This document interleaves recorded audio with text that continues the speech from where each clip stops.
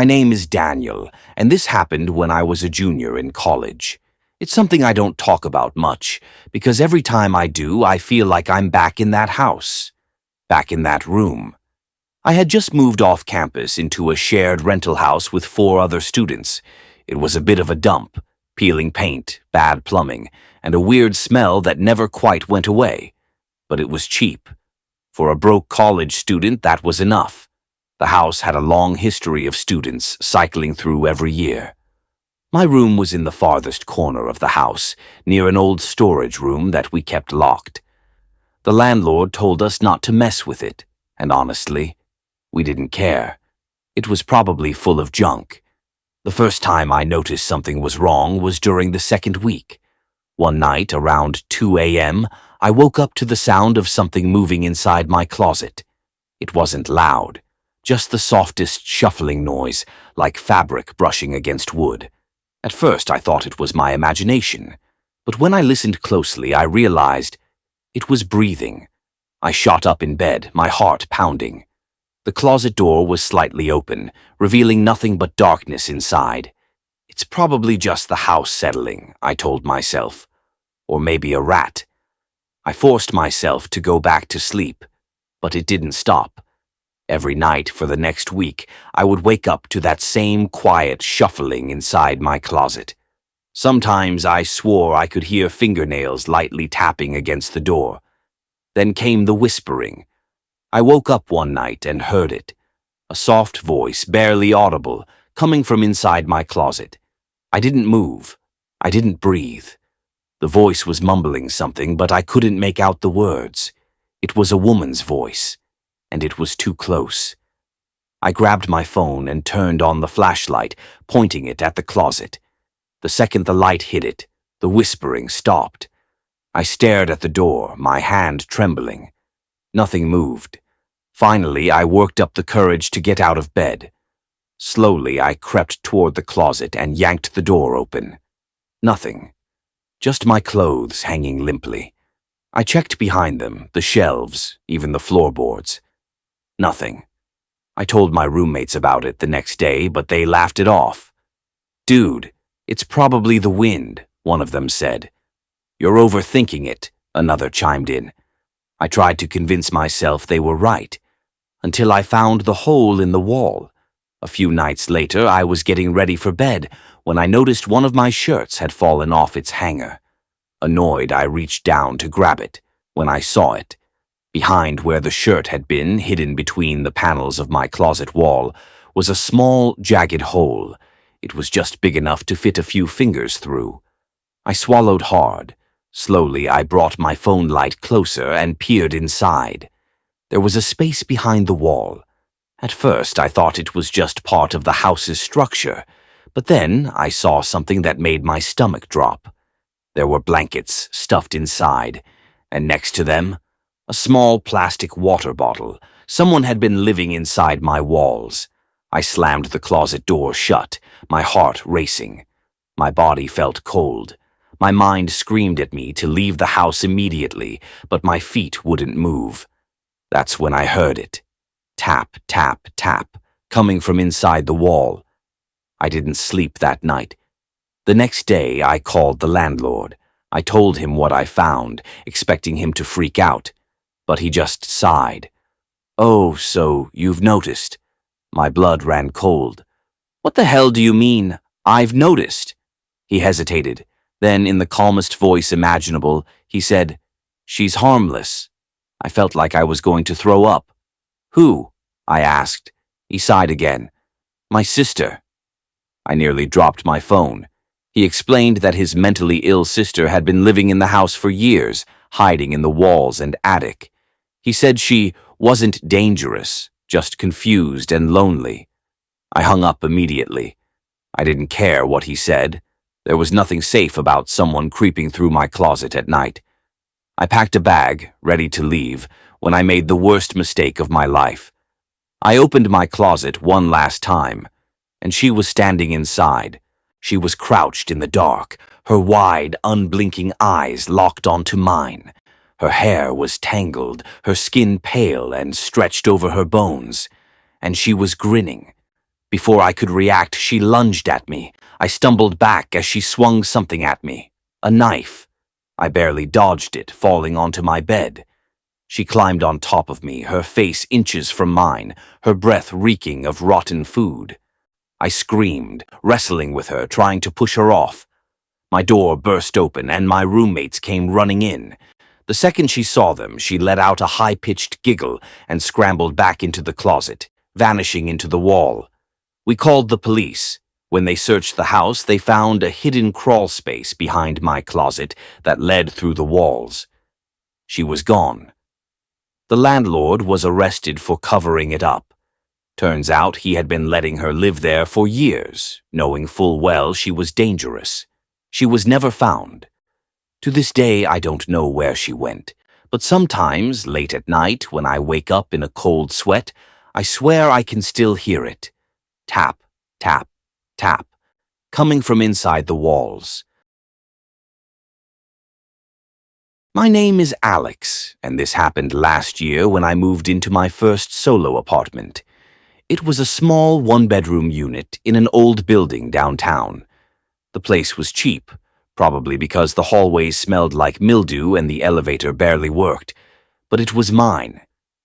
At first, everything was great. I loved the privacy, the silence, until the noises started. It began with small things. At night, I would hear soft scratching sounds coming from somewhere in my bedroom. Not loud, just enough to make me pause. At first, I thought it was just mice or something. Then I noticed things moving. My closet door would be open when I swore I had closed it. My shoes would be moved slightly out of place. Then, one night, I woke up to my bedsheets being pulled. I shot up in bed, heart pounding. The room was dark, the only light coming from the street lamp outside.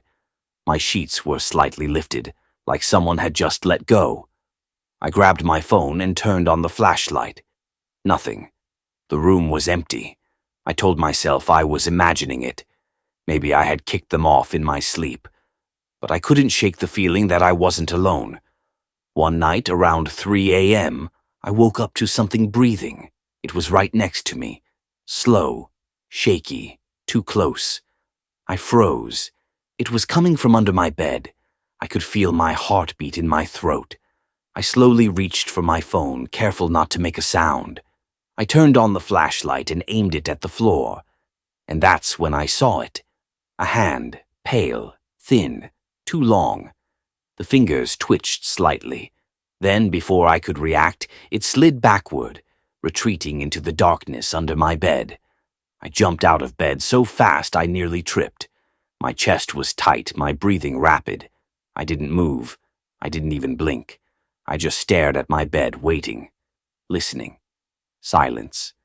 Then, tap, tap, tap, coming from under the bed. I ran out of the apartment so fast I didn't even grab my shoes. I called the police from the hallway, barely able to speak. When they arrived, they searched the apartment. There was no one there, no signs of forced entry. Nothing. They told me it was probably a bad dream. Maybe stress. I knew better. That night, I refused to sleep in the apartment. I booked a cheap motel across town and tried to convince myself I was losing it. Then, around 2 a.m., my phone buzzed. A notification from my apartment's security camera. I had set up a small indoor camera facing my bedroom door just in case.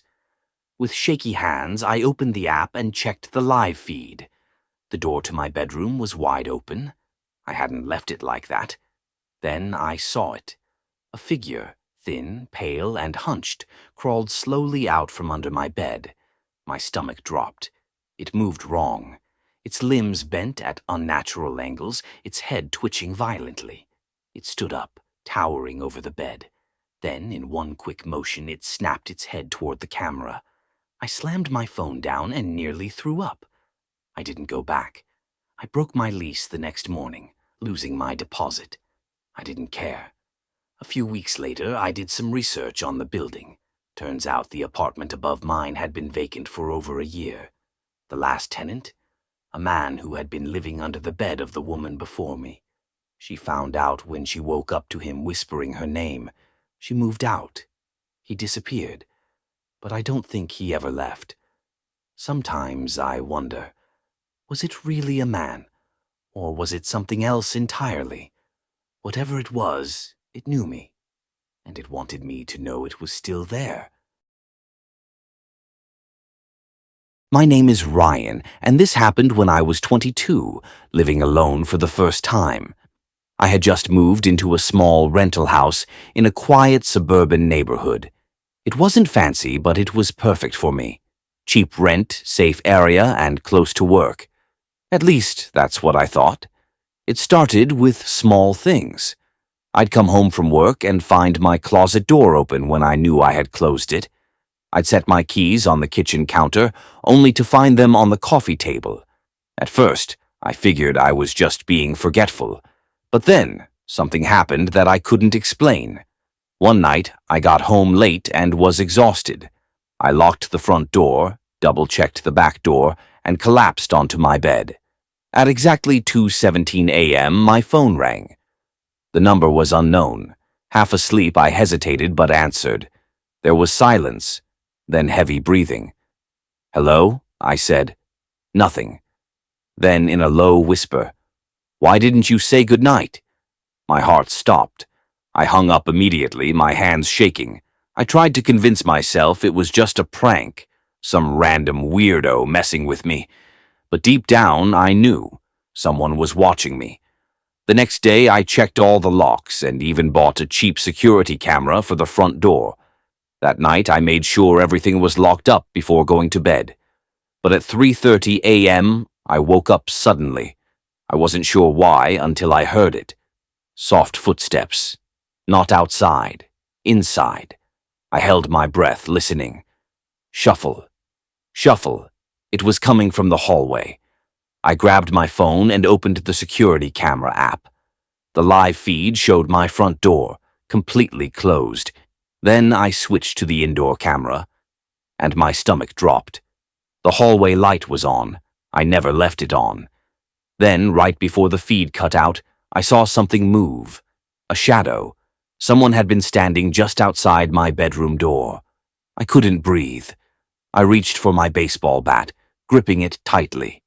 Listening, but the house was silent. I didn't sleep at all that night. The next morning, I was done. I called my landlord, telling him someone had been getting into the house. He seemed confused. "That's impossible," he said. "The locks were just changed before you moved in. No one else has a key." That's when I mentioned the closet door always being open. There was a long pause. "Which closet?" he asked. "The one in my bedroom," I said. Another long silence. Then, in a serious tone, he said, "Check the back wall." I had no idea what he meant, but after I hung up, I walked to my closet. I pushed the hanging clothes aside. At first, I didn't see anything, but then I noticed it. A thin crack in the wall. I pressed against it. Click. The panel swung inward, and behind it was a hidden crawl space. The air inside was stale and damp. A horrible rotting smell hit me immediately. I turned on my phone flashlight and peered inside, and my blood ran cold. There was a small mattress, empty food containers, and on the wall, Polaroid pictures of me, sleeping, brushing my teeth, watching TV. Some were from inside my bedroom. I nearly dropped my phone. Someone had been living inside my walls, watching me. At night, when I was asleep, I ran. I grabbed my keys, threw open the front door, and didn't look back.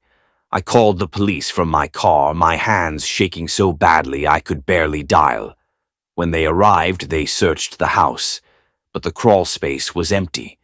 Whoever had been staying there was gone, but they had left something behind.